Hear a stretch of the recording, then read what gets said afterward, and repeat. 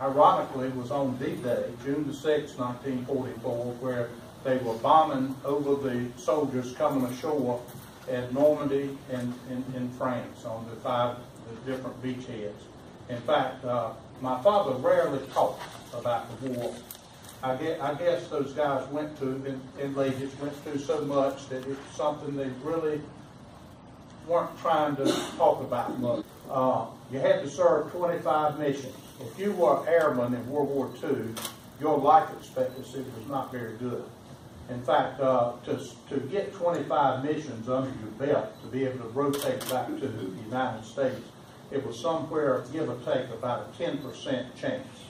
So only 1 out of 10 wound up getting back unscathed, so to speak, to the United States. So it was a very, very, very dangerous profession. Not that the other ones weren't, but the Army Air Corps really took a licking over Germany, because the Germans were really experienced with these 88mm cannons, anti-aircraft cannons, and he said they could shoot a plane. I mean, you know, they throw the flak up there and it's blowing all over, the plane's going down. So get out. The plane was not going to make it back to England.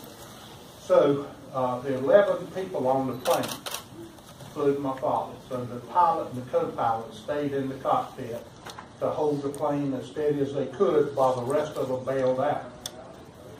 My father said, being a tail gunner, a turret gunner is very dangerous because the turrets move, they hydraulically move, and you would press your feet to move it left, right, up, and down.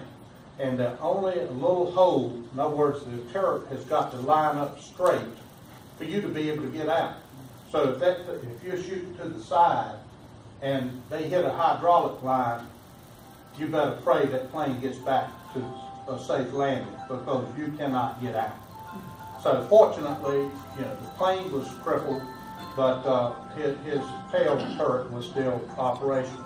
So he and all of them were able to get in the belly of the plane to the bailout door and start bailing out. Well, unfortunately, I assume the pilot and the co-pilot knew they were goners.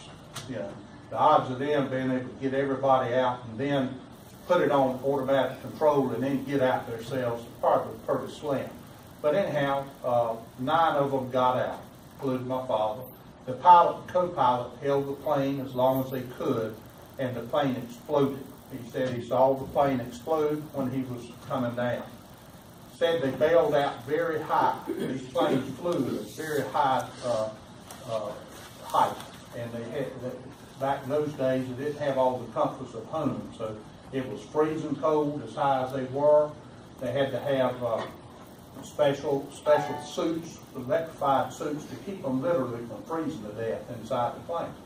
But he said they bailed out high. When his parachute opened, it hit him with such a jar, it knocked his shoes off. He said he knocked him out temporarily. But when he came to, he saw that he was floating out into the Baltic Sea.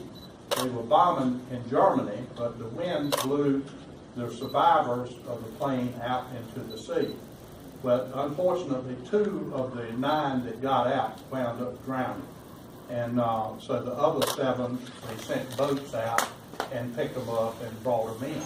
So he said Hitler said it were young folks that came out in a boat and got them and beat them up a little bit, but they did kill them. They brought them ashore and put them into a prisoner of war camp. He was something we all need to keep them in our hearts and prayers. But thank y'all for letting me come speak, and God bless America.